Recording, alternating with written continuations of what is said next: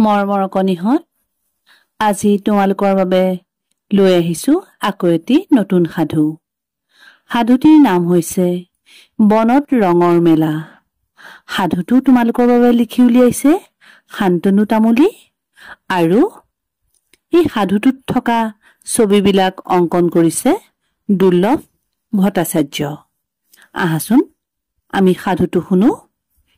কাজিৰঙা হাবিৰ কাষৰ এখন গাঁও, তাতে মুনুহঁতৰ ঘৰ। মাজে সময়ে সি মহৰ পিঠিত উঠি হাবিখনৰ বাহিৰে বাহিৰে ফুৰে। এদিন মুনুৱে এটা মহৰ শিং হেৰাই পালে। শিংটো সি বুটলি ললে। মুনু ঘৰলৈ উভতি আহিল। সি শিংটো দি দেউতাকক কলে, দেউতা, মোক এটা পেপা সাজি দিয়া। দেউতাকে তাক এটা ধুনীয়া পেপা সাজি দিলে। মুনুৱে পেপাটো বজাবলৈ শিকিলে। এদিন সি পেপাটো বজাই বজাই আপোন পাহৰা হৈ হাবিৰ মাছ পালেগৈ। বনৰ জীৱ-জন্তুবোৰক তাৰ পেপাটো বজাই শুনাবলৈ মন গল। মুনুৰ পেপাৰ মাত শুনি হাবিখন যেন সলনি হল। হাবিখন ফুলেৰে উপচি পৰিল। সি আনন্দত বিভোৰ হল। পেপাৰ মাতত হাবিৰ চৰাইবোৰে গান গাবলৈ ধৰিলে। বান্দৰবোৰে হুকু হুকুকৈ গছৰ ডালত জঁপিয়াবলৈ ধৰিলে। হৰিণাবোৰে নাচিবলৈ ধৰিলে। মুনুৱে এপাল হাতী দেখা পালে। সি পেপাটো বজাই দিলে। হাতীবোৰে তালৈ চাই সুৰ দাঙি চিঞৰিবলৈ ধৰিলে। মুনু বিলখনৰ পাৰলৈ গল। সি পেপাটো বজোৱাৰ লগে লগে মাছবোৰে কমাবলৈ ধৰিলে। পাৰত ৰ'দ পোৱাবলৈ থকা কাছবোৰ পানীলৈ জাপ মাৰিলে। মুনুৱে জোপোহাৰ মাজত দুটা বাঘ পোৱালি দেখিলে। সি পেপাটো বজাই দিলে। পোৱালি দুটাই বগৰা বগৰী কৰিবলৈ ধৰিলে। মুনুৱে ঘুলি এটাত গড় এজনী দেখা পালে। সি লাহেকৈ পেপাটো বজাই দিলে।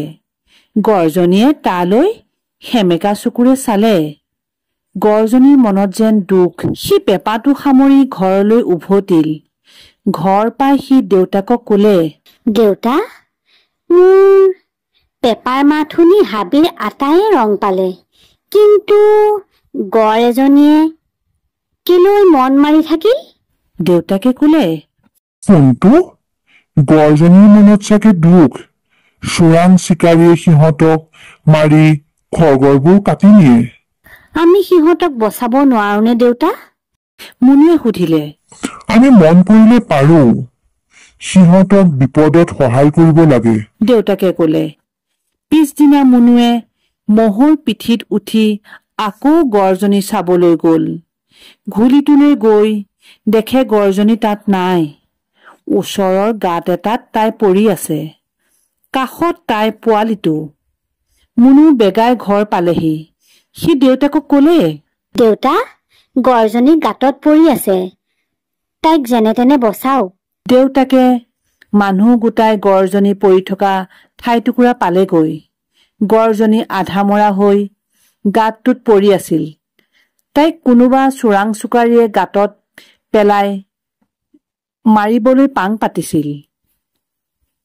মানুহবোৰে গাঁতটোৰ গাতে লগাই আন এটা গাঁত খান্দিলে।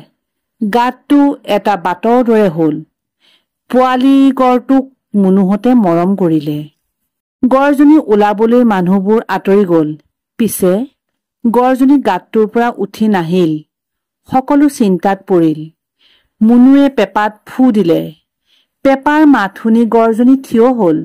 এখোজ দুখোজকৈ তাই গাঁতৰ পৰা ওলাই আহিল।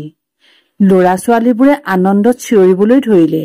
গড়জনী এবাৰ মুনুলৈ চালে। মুনুৱে পেপাটো বজাই থাকিল। গড়জনীয়ে পোৱালিটোক লগত লৈ গহীন বনৰ মাজলৈ সোমাই আহিল।